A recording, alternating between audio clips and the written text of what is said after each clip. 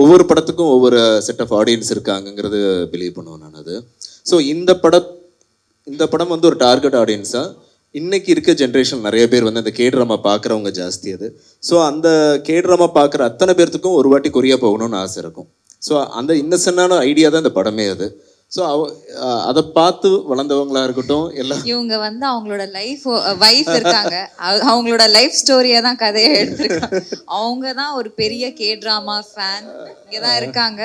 So அவங்க வீட்லயே அவங்கள இன்ஸ்பயர் ஆகி she has written that character. எவ்வளவு ஒரு நல்ல ஹஸ்பண்ட், வைஃபுக்கு என்ன பிடிக்கும்னு புரிஞ்சு அதை ஒரு படமாவே எடுத்துருக்காரு. இல்லன்னு அவங்க வந்து ரொம்ப அப்படியே கிடையவே கிடையாதுன்னு சொல்றாங்க. இல்ல எனக்கு என்னன்னாங்க, இப்போ வந்து நம்ம எல்லாரும் ஓடிடியில பாத்துறோம்.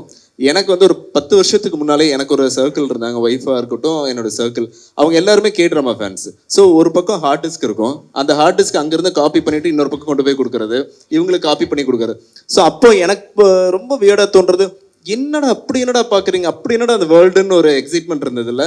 அப்புறம் கொஞ்ச நாட்கள் ஆக இப்போ சமீபமாக ஒரு 3-4 வருஷத்துக்கு முன்னால் இதே சென்னையில் வந்து ஒரு ரெஸ்டாரண்ட் 2 ரெஸ்டாரண்ட் கொரியன் இருந்தேன். ஆல்மோஸ்ட் இன்னைக்கு 20+. இன்னைக்கு ஸ்கின் கேரில் வந்து ரொம்ப பெருசாக ரீச் ஆகிட்டாங்க.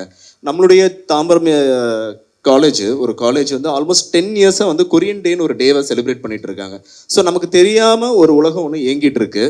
ஸோ அவங்கள தான் மெயின் டார்கெட், ஃபர்ஸ்ட் ஆடியன்ஸுங்கிறது தான். ஸோ இது நம்ம ஊர்லன்ட்டு இல்லை, பிடிஎஸ் சாங் இன்னைக்கு எல்லா கண்ட்ரிலையுமே போய் ரீச் ஆகிருக்கு. ஸோ ஆல்மோஸ்ட் எல்லா கண்ட்ரிலையுமே இந்த கொரியனுக்குன்னு ஒரு பெரிய ஒரு ஃபேன் ஃபாலோயிங் இருக்காங்க. அவங்களுக்கு இது இப்படி ஒரு படம் பண்ணணும் அப்படின்னு எனக்கு தோணுச்சு. அதுதான் அது ஐடியா.